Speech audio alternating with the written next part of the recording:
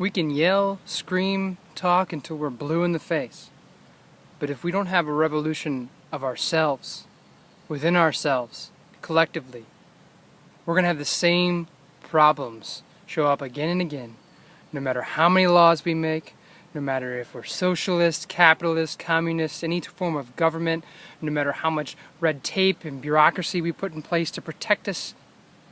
We're really protecting us against a conflict of self, a misunderstanding of self, and of what will complete us and make us happy. We must each undergo a revolution of self. There's a fundamental flaw inside our minds in which we believe that I, me, is separate from the world around us. That it's me versus everything else. This is false. You are intimately connected with everything around you. Intimately and infinitely. That is one of the fundamental flaws. Another is that there is a static part of you. A part of you that you see as me. But when you break that down, it doesn't exist. And in your life, all you do is try to protect that me and watch out for that me and look out for that self. But you will never find happiness seeking something external and raging against the world in that manner. We cannot see as the world as separate from us, but as part of us, as something we're intimately connected to. We cannot see ourselves as some static entity which can be defended or glorified or fulfilled. If we do not understand the true nature of these things, if we don't break those assumptions down within ourselves and end the conflict, the greed, the anger, the ignorance within ourselves, we will continue to project conflict and suffering and greed and anger and ignorance back into the world. All of these problems that we see around us are from those things, are from a misunderstanding of who we are and who we are collectively, in addition to who we are as an individual.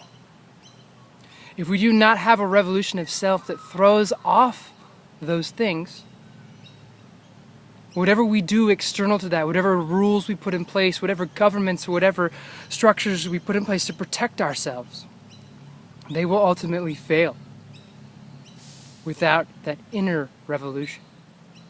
And this inner revolution is external to faith, to religion, to any of that.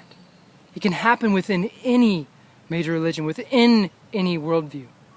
This isn't something that is unique to a certain creed or religion. It's simply an internal observation. It's a looking into yourself and seeing what are the factors that combine to create what you think yourself is and how that connects back into the world.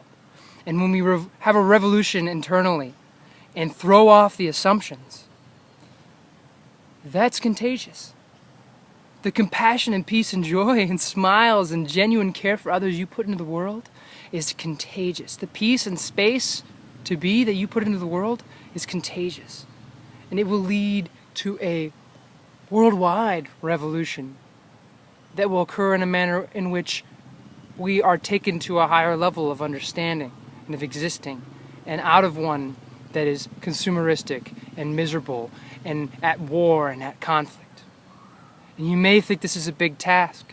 It is.